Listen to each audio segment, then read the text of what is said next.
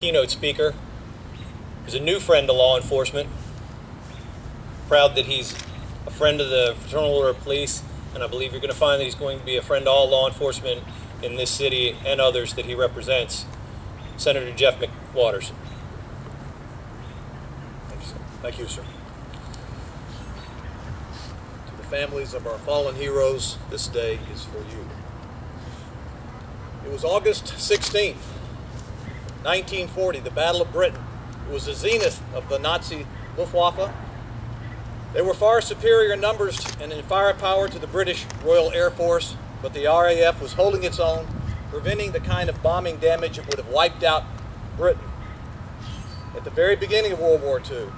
It was at this same time frame that Winston Churchill went to Group 11 RAF operations during one of those significant battles. He was so impacted by the professionals and their bravery that he really felt a need to spend time, just like this, in contemplation of their great deeds. And when he left that bunker that day, he turned to the Major General in charge and said, "Don't speak to me.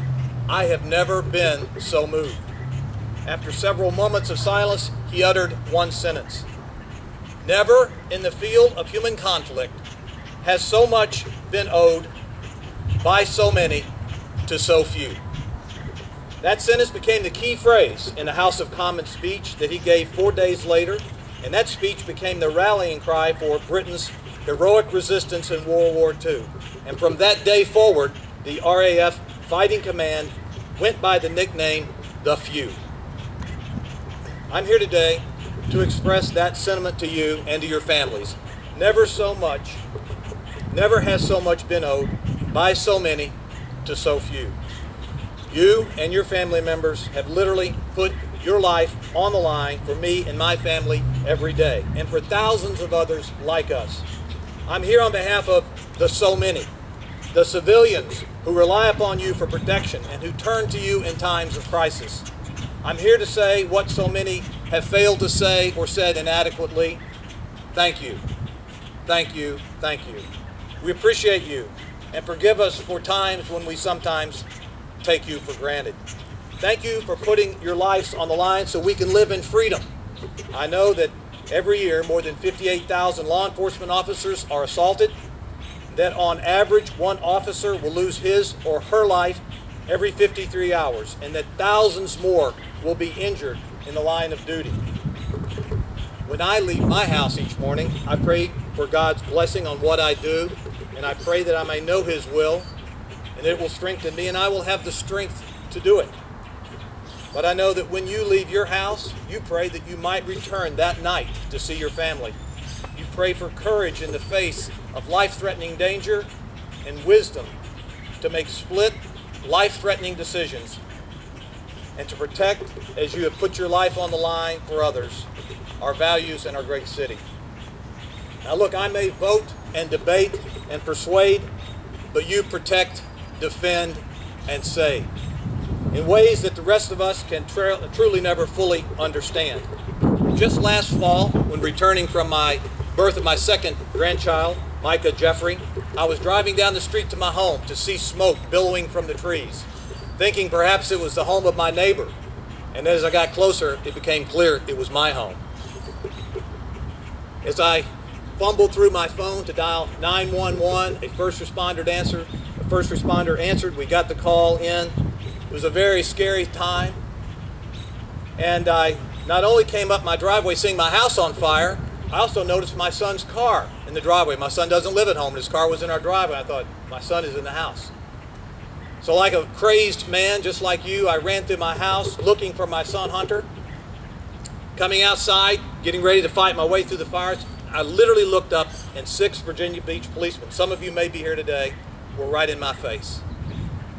"Is there anyone in the house?" They said. "I'm looking for my son," and they totally disappeared, asking nothing of me, but only to help me to find my son Hunter. Now at that time, I didn't think about, should there have only been 2 officers? Are we as citizens paying too much in taxes? No. In a great time of need, we know you're there, and we appreciate you so much. And so today I've come to say thank you. I've come to say thank you, but I want to say more than that, because often that's not enough. I want to say that I will never forget your sacrifice, and I pledge that I will do my part to stand with you and protect your rights, among them to be fairly paid. I went to the Fraternal Order Police website to look at some statistics, and I read these words about the new threat to law enforcement.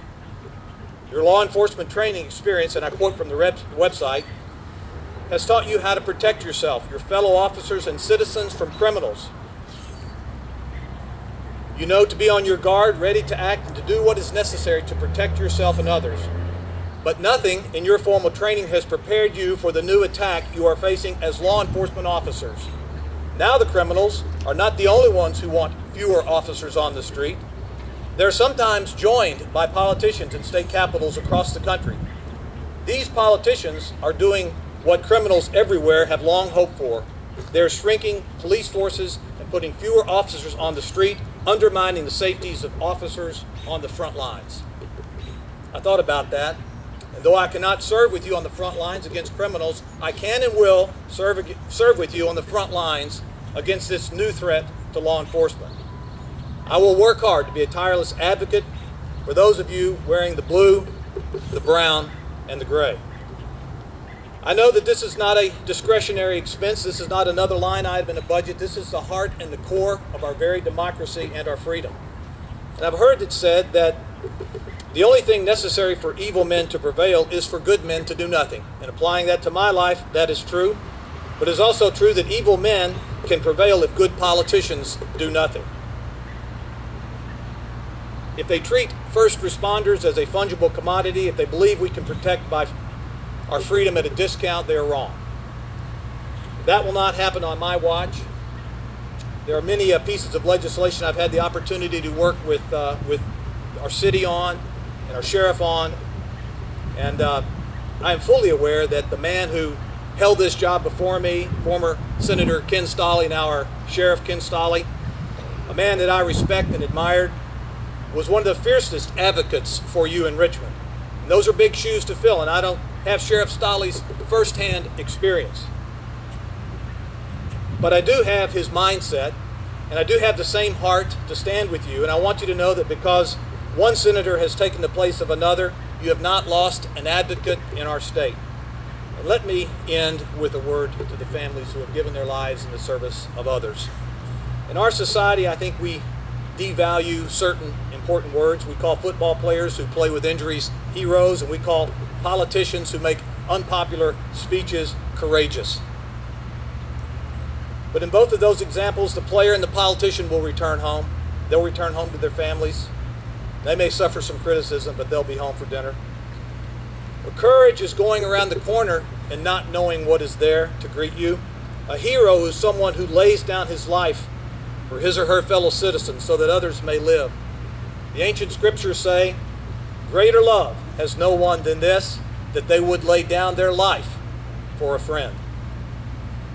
Those we have lost in the line of duty are true heroes in our society. They are the ones who have shown the rare blend of courage, love, and self-sacrifice that motivate them to lay down their lives for their fellow citizens. That is why we call them hero. The word hero, it's not strong enough, but it's all we've got in the English language to express our gratitude and our admiration for the kind of valor that motivates them to serve and protect.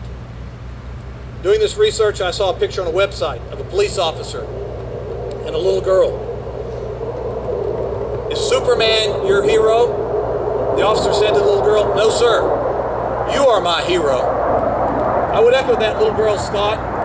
Those of you who serve as peace officers are true heroes, and seldom in history, the history of the world, have we ever seen so many, and we owe so much to so few. My prayers are with you. It is my privilege to stand with you in Richmond. It is my privilege to stand with you here today. We thank you for the great sacrifice that's made our country so great and our city so great. Mrs. Gimblett, Mrs. Mobley, Mrs. Tideman, Mrs. Phillips, Mr. and Mrs. Phillips.